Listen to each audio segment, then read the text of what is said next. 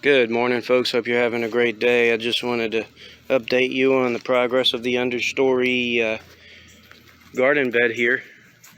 Seems to be doing pretty good. Didn't plant these seeds too long ago, 3 days ago. And we've got a bunch of peas growing.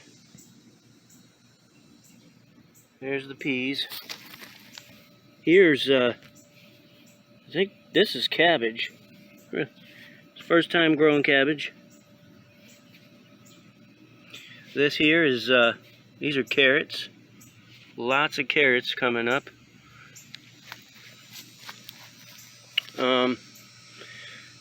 Nothing on the cauliflower rows yet. Look at this. Bean growing outside. These are just green beans. Now if I get a nematode issue, I'm gonna be shoving some shrimp shells down into the soil right next to my green beans. Hopefully that doesn't happen though. And as far as the romaine area and the spinach, I don't see anything popping up yet, except for maybe that little guy for the spinach. A couple little guys over there.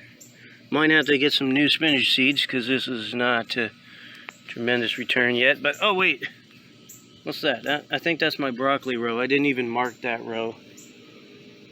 So yeah, the broccoli are starting to come up. All good signs. Everything looks good here. I'm pretty happy with what I'm seeing.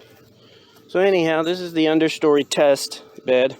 Wanted to see if the Understory performed better than the stuff that's out in full sun, because everything that I put in the full sun bed has got scorched, except for the tomatoes and the pepper plants, like your green peppers and your jalapenos.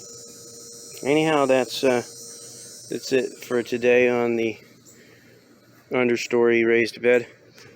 I'll keep you updated and provide progress reports going forward. Thanks for watching. Have a good day.